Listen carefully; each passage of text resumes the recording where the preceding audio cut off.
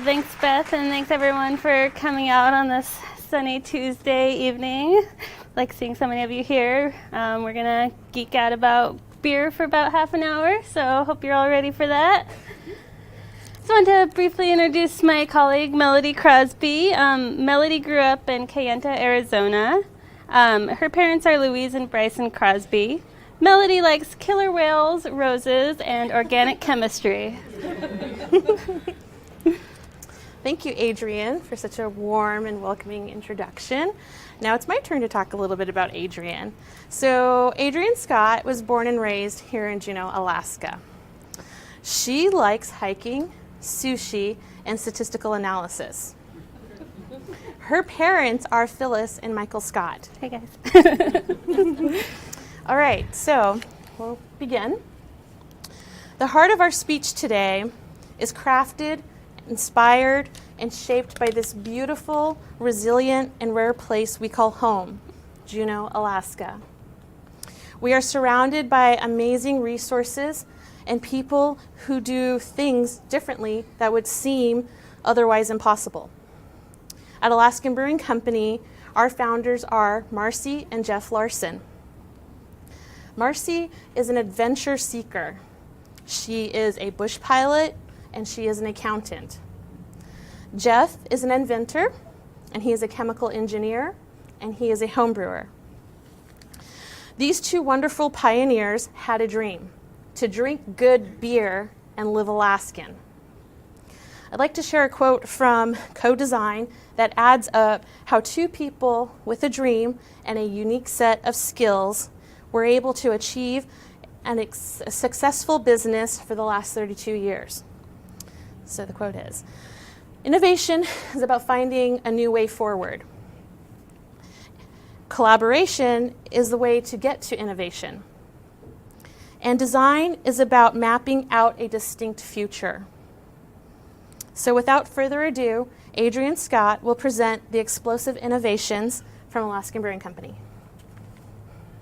All right, so as Melody was saying, we feel really lucky to live in this beautiful place and to work here. And part of what we really try to do at Alaskan Brewing Company is to be good stewards of the environment. And to us, that means we try to reduce our impact to the environment whenever possible. So I wanted to go through and talk a little bit about some of the innovations and practices that we do at Alaskan Brewing that make it possible for us to have been doing this for 32 years. And we hope to continue doing this for 32 more years. As Melody was saying, the brewery is founded by a wife and husband team, Marcy and Jeff Larson. That's them back around the time the brewery was founded. It was founded in 1986, and we actually still brew on the original brewing equipment that they started out with. In 1995, they began stepping up their production, and they installed a newer, bigger brew house so that they were able to brew more beer, meet the demand. One issue that they ran into with producing more beer is what to do with all the waste grain that's produced. Breweries down south often give the waste grain to farms, and they'll use it as cattle feed or mulch. We don't have any farms in Alaska. I don't see any cows around here, or at least in Southeast Alaska. So what they started doing at that time was drying the grain, and then they would ship it down south to keep it out of the landfills. So they'd ship it to Washington State farms, and they would use it as cattle feed. Another big step in our sustainability innovations was the installation of the CO2 recovery plant. So carbon dioxide is produced as a waste product when beer is fermenting. The yeast ferments the wort and it creates alcohol, but it also creates carbon dioxide. And what a lot of breweries will do is just let that vent up into the atmosphere. Unfortunately, that's a greenhouse gas.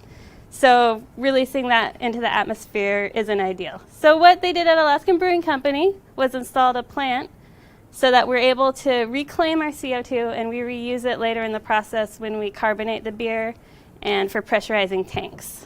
So that's another really cool thing that we do that a lot of other breweries our size aren't able to do. And this saves us money, so we don't have to buy carbon dioxide and have it shipped up from Seattle, and it also helps us keep a greenhouse gas out of the atmosphere. In 2008, we installed this device here, and this is called a mash filter press.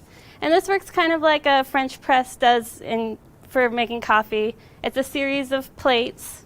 They squeeze the liquid, which is what we want, and separate it from the grain.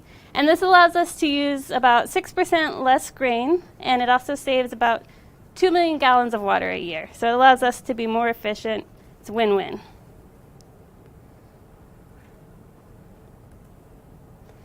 So earlier I was talking about all the spent grain and how we have to ship that down south. And then a really cool thing is that in 2011, Alaskan Brewing began developing a first-of-its-kind steam boiler that's actually fueled entirely by the spent grain. So we take what's essentially a waste product from our beer, we combust this in the boiler, and we use it to power our brew house. So this cycle that I described is what we call beer-powered beer. And I just have a quick video that kind of illustrates this process.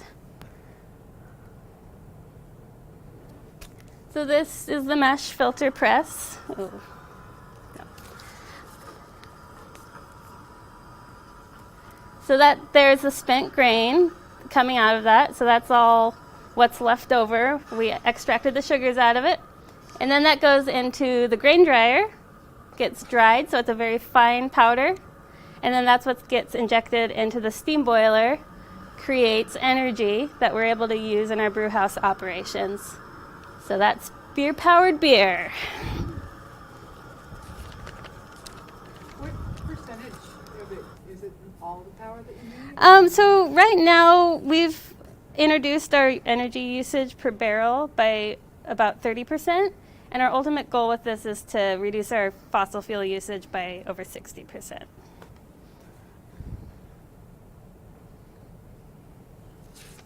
All right. And then I wanted to transition into talking a little bit more about what Melody and I do at the brewery, which is we work in our brewery lab.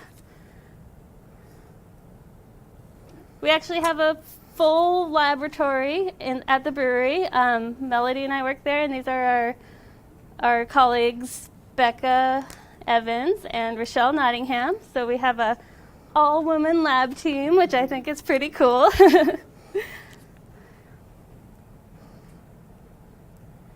Then I just wanted to talk about some of the chemical testing that we do. All this testing is basically to ensure consistency in our beer. We want an amber that you opened up today to taste the same as the amber you opened up a year ago. We want quality, consistent beer. So one of the things that we test for is actually bitterness. Bitterness comes from hops, and it's actually quantifiable, and it's something that we test for. It's measured in IBUs, which is International Bitterness Units. So we could tell you exactly how bitter that IPA that you're tasting is. We also test for alcohol. We have an instrument that uses near-infrared spectroscopy. We test for color. That's an image of a color scale, so we're able to tell you exactly what color your beer is. Haze, acidity, and one of the main things that we test for in the lab is diacetyl. So that instrument in the center is a gas chromatograph, and we use that to test for this chemical compound that's called diacetyl. Diacetyl is a natural off product of yeast. So when the yeast is fermenting the beer, it produces this chemical compound that actually tastes like butter. And it's actually what they use to flavor artificial butter flavors, like at the movie theater. But not at the Gold Town, because they use real butter there. So this butter flavor, it's kind of a common off flavor that sometimes you'll get in some beers. If you take the beer off of the yeast too soon, you get left over with this residual diacetyl. We don't want our beer to taste like butter. We want it to taste like it's supposed to taste like. So every day we run this instrument and measure our fermenting beer for diacetyl. What do you do if there's too much? Do you just... We don't take it off the yeast yet. The diacetyl is produced by yeast, and then it actually reabsorbs it over time. So we monitor the levels until they're down below a certain threshold, and then that's when we'll take the beer off the yeast. We also have a microbiology laboratory. What we do there is we're looking for any microorganisms that are going to affect the quality of our product. A fun fact about beer is that no harmful pathogenic bacteria can grow in it. So we're not looking for things that'll make you sick. We're looking for something that's going to make the beer taste off. One example of that is this bacteria called Lactobacillus. That's a bacteria that it can create turbidity. It can also produce diacetyl, which is the butter flavor. And it can create like a sour flavor in the beer. So those are all undesirable for us. We don't want our beer to taste sour. Pediococcus is another type of bacteria. These are the two really common beer spoilers that we're looking out for. So all this testing that we do is to really ensure product consistency. That's important to us. We know it's important to our customers that buy our beer. So that's why we have a lab and why we do what we do. Another tool that we use to ensure product consistency is our sensory panel. So some people think I just drink beer all day. Not always true, but 10:30 a.m. every day we run this sensory panel. So we have trained panelists who are from all departments of the brewery, and they taste the beer and they're looking for any defects, anything unusual that would alert us that something's up and we need to check it out. So all of our beer, before it gets released to the customer, it goes through this sensory panel multiple times. Another kind of unique thing about Alaskan Brewing Company is that we only use one yeast strain. So this is an ale yeast that is really versatile, and it allows us to brew all these different styles using only this one strain. It's a proprietary strain that we've been using since the brewery started. We also do our own yeast propagation in-house. So we store our yeast in the lab in deep freeze. When it comes time to do a new yeast propagation, we take it out of the freezer, we streak it on a plate like you see there, and then we'll select a single colony, and from that one colony, we'll step it up until it's ready to pitch in the beer.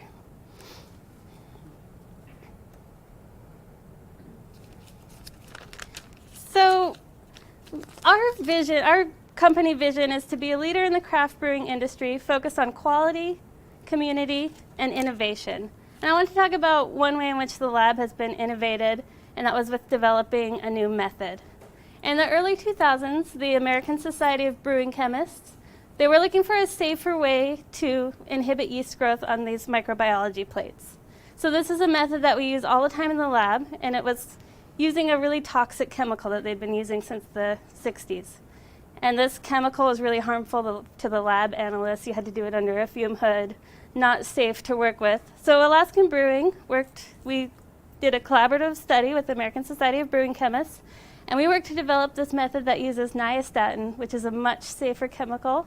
It's actually approved by the FDA for use in food. It's a common chemical, and it's much safer for us to use. In this method, it was submitted to the ASBC journal. So if you're looking for some light reading, you can look up that article. And yeah, so that's in common usage now for most breweries to use this new method. So that's something cool I wanted to share. All right, and with that, I'm going to hand it back over to Melody. All right, so Yat hello again. She'e Melody Rose Crosby Yanishia. My name is Melody. Ashihinishle tinajini bashishchin deshini dashikche doki ani dachinella. That's just a representation of where I'm from and who I am. I have my mother and my father. Basically, the Navajo clan system says I'm born from my mom, which is of the Salt clan, and I'm a part of her, and I'm born from my dad's clan, which is of the Blackstreet Wood people. And I just recognize through generations my paternal and my maternal grandparents, which are of the Red Street Wood people and the Towering House people. So, Twadanejant Dan Nasha Do Juneau Keheshtin. And all that says is that I'm from Kayenta, Arizona, and I live and work here in Juneau, Alaska. Akot ego astanishle shenanish bjehaloni nathkehahi. And all that means is that I am a woman, I am a scientist, and that I analyze beer.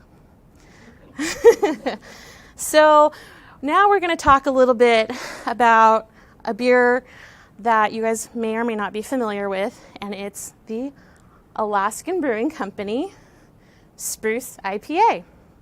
So in 2016, I was collaborating with a coworker on a recipe, and during that time, I daringly uttered the words, "Go big or go home."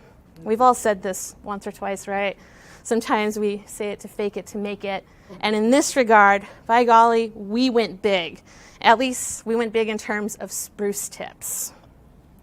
So, and in doing what we do at the brewery, we research a lot of the ingredients and the resources that are available to us. So that is how we came up with this brewery, or this beer called Spruce IPA. So in doing so, we made an award-winning beer, which is kind of 10% scientific research and 90% gumption. Or it's either one way, the other. 90% scientific research, 10% gumption, however you'd like to take it. So with a little bit of luck, some organic chemistry, and a few cooking competitions, timing, in collaboration with another fellow colleague at the brewery, we were able to make Spruce IPA. Woo! Get excited. Okay, so we're going to talk a little bit about Humulus lupulus, which is also known as, good job, the entire world's best friend.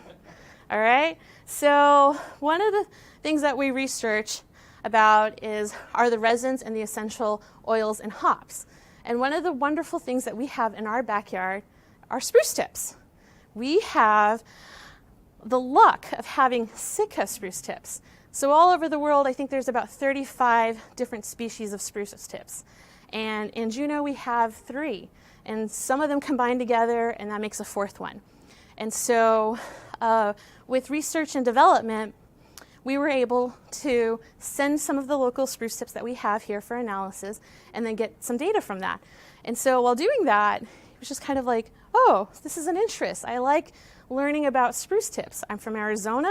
I never think about beer a whole lot when I'm home. It wasn't until I came to Alaska. I don't cook a lot either. So there was this inspiration, I think, a while back at the brewery for cooking with our beer. And one of my favorite beers at the time when I first showed up was our winter ale. And I was like, man, this tastes just amazing. It brings back college memories of a particular of beer, but also one of my favorite things are roses. I like smelling them. I like looking at them. I like eating rose petal sorbet. And that flavor, for some reason, stuck out and motivated me to think about, oh, we've got some new data on essential oils. And, whenever you look at charts, you're like, oh my gosh, this one's speaking to me. This is so cool, If charts could speak to you, who knows what they would say to everyone here. But to me, they spoke to me from this chart. I don't remember everything my boss tells us. Like, he gives us so much data, and it's our job to pick and figure out what we like about it. On this chart, you can see that there's a list of hops. That didn't really quite catch my attention. What caught my attention was this tiny little word that says geraniol. That is an essential oil. And that blew sparks up because I love rose petals. And then I like spruce tips. And I like beer.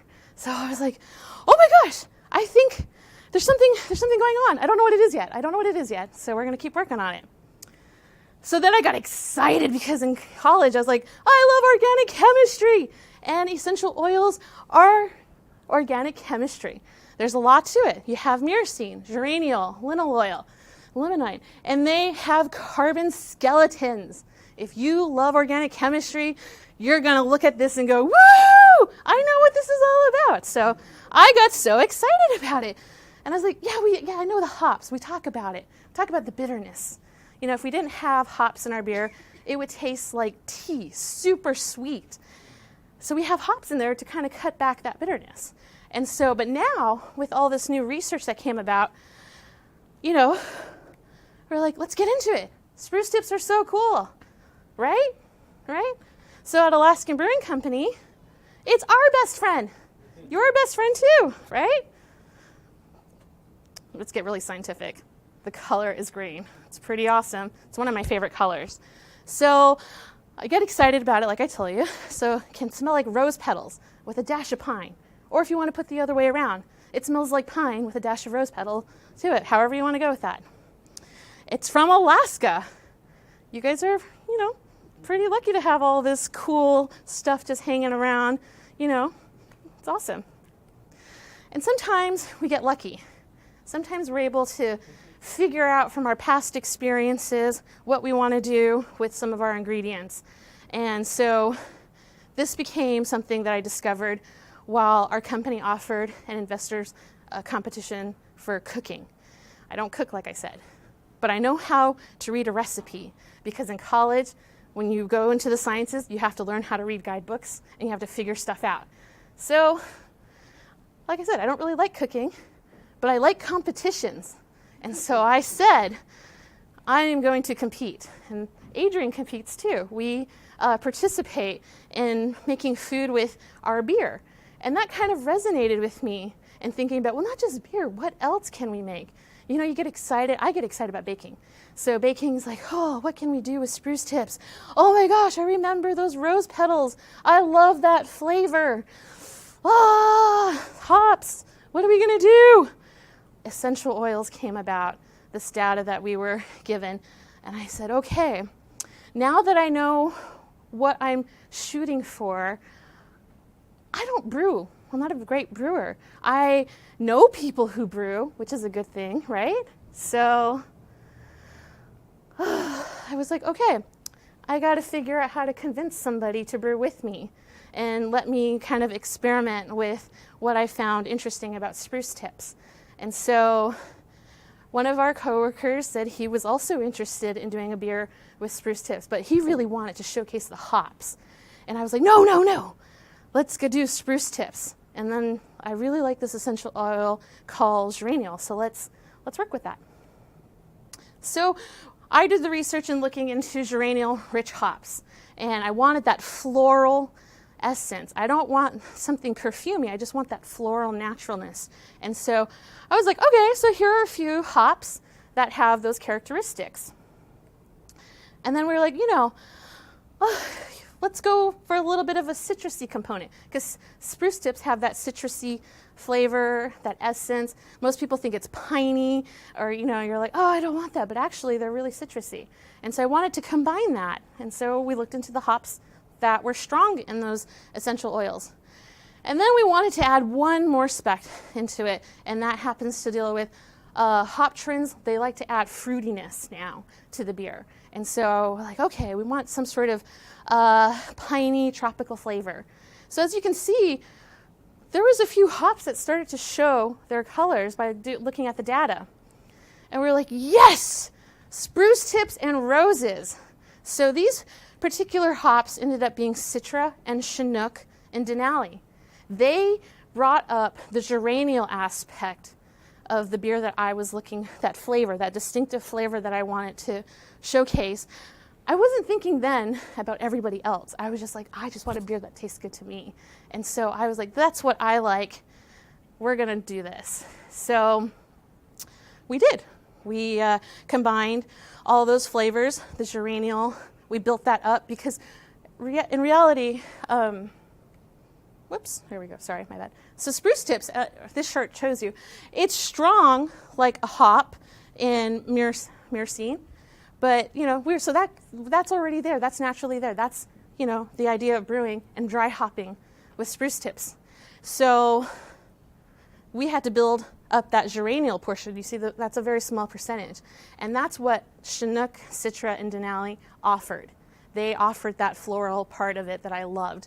So that's kind of how we developed Spruce IPA. I had a great colleague named Chaz, and he did the brewing aspect of it. We did a few experiments of this before we actually got into it. We did all the dosing of we're like, at first we were very conservative with our spruce tips. And that's when that moment came up where I was like, let's go big, put a lot more spruce tips in there. Let's just do it. And we did.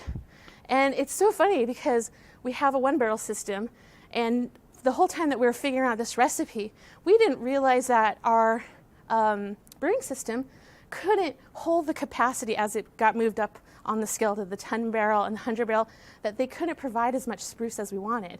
But that was okay. So when you do taste this beer, I hope you enjoy it as much as we do, because it's pretty exciting. I thought it was pretty exciting.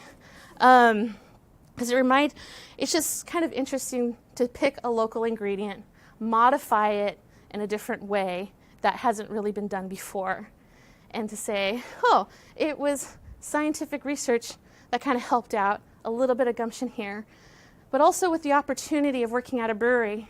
We have people like Marcy and Jeff Larson who started off saying, I want good beer in Alaska. I don't want to start a brewery, but I just want to have one good beer. And we didn't realize that everybody else was going to enjoy the beer too. So that was something that was kind of intriguing. And I didn't even realize too that we were sending the beers out to competitions. I didn't even know that. I was just like, oh yeah, I'm happy with this beer. I like it.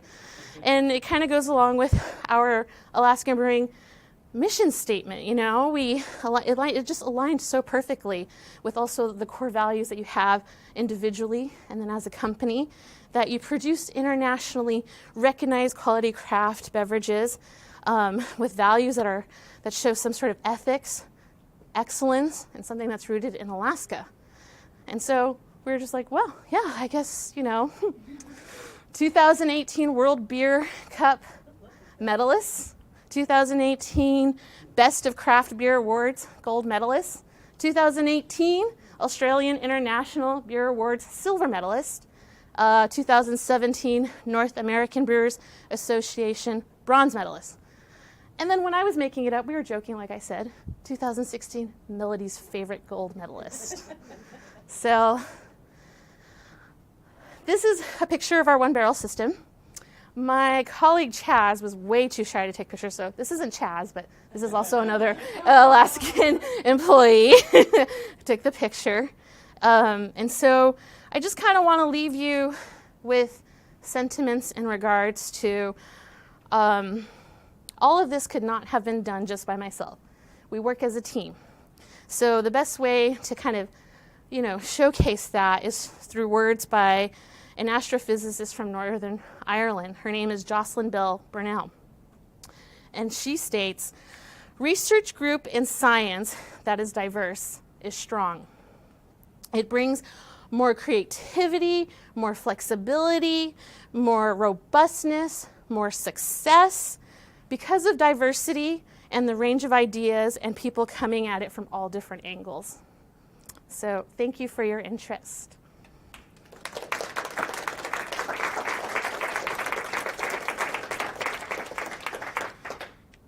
Questions? So you use hops and spruce tips? Yes. Okay. We were trying to, Denali, those are hops. yes. And you mix those with the... Yes, with spruce tips. Mm-hmm. Yeah. Give grants to local communities to pick the spruce tips? I'm sorry? Said you give grants to local communities to pick the spruce tips? Not, Like in Gustavus? Our spruce tips are picked in Gustavus, and they're packaged by actually a fish packaging plant, and it's kind of a community event where people pick it and they pay them, and then we buy the spruce tips from the fish plant. Absolutely. yeah. How many spruce tips, how much pounds do you go through a year, in terms of, because I'm guessing this is just seasonal that you guys do, and you've done it for what, 2 years now, 3? Well, the winter ale's been going For a while, yeah. And it's a seasonal product, of course. Yeah. They're picked in the spring, and then we get them at the brewery, and they're kept frozen. But what was your question? How much Oh. pounds of spruce tips do you guys go through a year? Do you know, Andy? 7,000. 7,000, yeah. Yeah, so our winter ale is the other main product that we use spruce tips in. Oh, so you do spruce, oh, that's right. And if you've tried the cranberry tart ale, that's another beer that we make that uses spruce tips. Right. Any other questions? How do I Oh. become a taster? Oh. Years of training. Well, actually, you're already a taster. I deal with another part of my job is customer concerns. If there is ever something out there, your feedback is super important. But I don't really get a lot of phone calls. But if you do find something, give us a call. We help and whatnot. I noticed walking along the trails that now there's like new growth. So when you collect them, do you take the new buds or do you take the old growth? It's the new buds. Yeah. Yep. Mm-hmm. Yeah, and if you're, like we said earlier, we're going to be heading over to the Gold Town. We're going to come watch the HEDY LAMARR story, another awesome lady, and we're going to, pour Spruce IPA there and other beers. So come join. I don't know if there's anything else. Question?